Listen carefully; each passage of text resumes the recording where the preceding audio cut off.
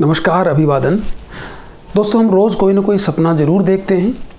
कई बार वो सपना सुखद होता है तो अनेक बार बहुत ही भयानक और डरावना, और इन्हीं को हकीकत मानकर हम रोते बिलखते भी हैं। नींद टूटने पर राहत भरी सांस भी लेते हैं और इसे बेमतलब का डरावना सपना समझकर हम उसे भूल भी जाते हैं। और यही क्रम रोज़ नींद में चलता रहता है। सपनों के इस अनोखे संसार के बारे में अनेक मत प्रचलित हैं। स्वप्न का अनुभव विज्ञान के द्वारा सामान्य तार्किक दृष्टिकोण से निरर्थक ही माना जाता है। सामान्यतः लोगों के स्वप्न के विश्लेषण के द्वारा भविष्य की भावी घटनाओं का अंदाज़ा लगाना आज भी प्रचलित है, और इन सभी को आधुनिक वैज्ञानिक चिंतन निराधार और अंधविश्वास मान करके खारिज करता रहता है। मित्रों, सोते समय बाहरी उत्तेजनाएं उत्पन्न करके सपना लाने के बहुत सारे वैज्ञानिक अध्ययन किए गए हैं। जैसे सोए हुए व्यक्ति के पैर पर जब ठंडा पानी डाला गया तो उसे नदी अथवा पानी में चलने का सपना आने लगा। इसी प्रकार सोते वक्त ठंड लगने पर नदी में नहाने और तैरने के सपने देखे गए। बूंद बूंद पानी गिरने की आवाज़ से बारिश के सपने लाए गए। विभिन्न प्रकार की बीमारियों में, रोग की बड़ी अवस्था में व्यक्ति भयानक स्वप्न देखता है तथा स्वस्थ होने पर अच्छे और सौम्य प्रकार के सपने देखता है। दोस्तों, सामान्यतः हम सपनों में इन्हीं बातों को देखते हैं जिनके संस्कार हमारे मन और मस्तिष्क पर पड़ जाते हैं। आधुनिक समय में डॉक्टर फ्रायड ने सपनों के महत्व के बारे में बताया। उनके अनुसार व्यक्ति के अंतर्मन को समझने के लिए उसके ड्रीम्स को जानना बहुत जरूरी है। उनके अनुसार हर सपने का अपना एक मीनिंग होता है। डेली लाइफ में सप्रेस की गई डिजायर्स को सपने में पूर्ति करके व्यक्ति तृप्त और खुश हो जाता है। हमारे देश का पुरातन ज्ञान विज्ञान बहुत ही समृद्ध रहा है, जिसमें मनोदैहिक विषयों का बहुत ही तार्किक विश्लेषण भी किया गया है।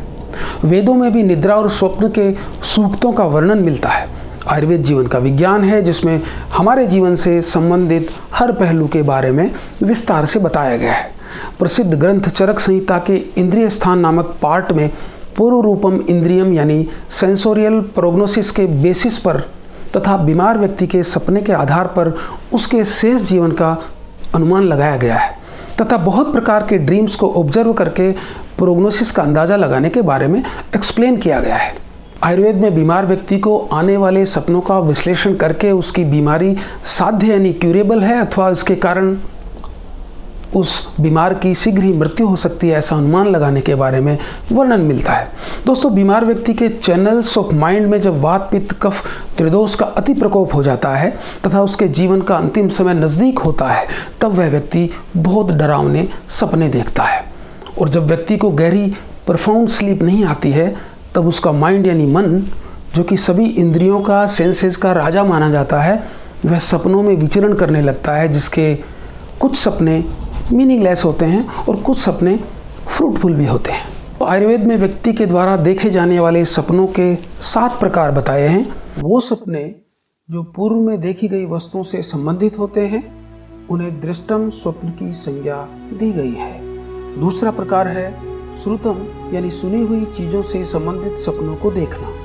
जबकि तीसरे प्रकार के सपनों में व्यक्ति अनुभवजन्य घटनाओं और वस्तुओं से संबंधित सपने देखता है, जिसे अनुभूतम नाम से उल्लेख किया गया है। चौथा प्रकार है प्रार्थितम। इसके अंतर्गत व्यक्ति की इनर डिजायर्स के रिफ्लेक्शंस के कारण सपने आते हैं। और पांचवा प्रकार है कल्पितम, जिसके सपने व्यक्ति की कल्पनाओं, इच्छाओं के ऊपर आधारित होते हैं। छठा प्रकार है भाविकम, यानी जो ड्रीम्स आने वाले भविष्य की शुभ और अशुभ घटनाओं के संकेत के बारे में होते हैं। मित्रों, अंतिम स्वप्न है दोषजम, यानी वात पित्त कफ त्रिदोष के दूषित होने या प्रकोपित होने के कारण आने वाले ड्रीम्स। इन्हें हम विभिन्न बीमारियों के कारण होने वाले सपने भी मान सकते हैं।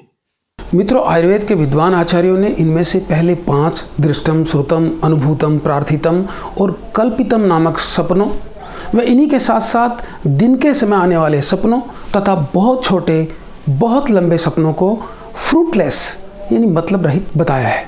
साथ ही रात के प्रथम प्रहर में देखा गया सपना अल्प फल यानी स्मॉल डिग्री ऑफ फुलफिलमेंट वाला होता है। यदि व्यक्ति सपना देखने के बाद फिर से सो नहीं पाता है तो ऐसे सपनों के कॉन्सिक्वेंसेस बहुत बड़े होते हैं। दोस्तों, अगर व्यक्ति बुरे यानी इनऑस्पिशियस सपने देखकर उसके बाद में फिर कोई अच्छा सपना देखता है, शुभ सपना देखता है, तो उसका फल अच्छा माना जाता है। तो मित्रों, ये था सपनों के आयुर्वेदिक संसार का वर्णन। अब आप बहुत अच्छे अच्छे सपने लेते रहिए और देखते रहिए ऑल अबाउट आयुर्वेदा। नमस्कार, धन्यवाद।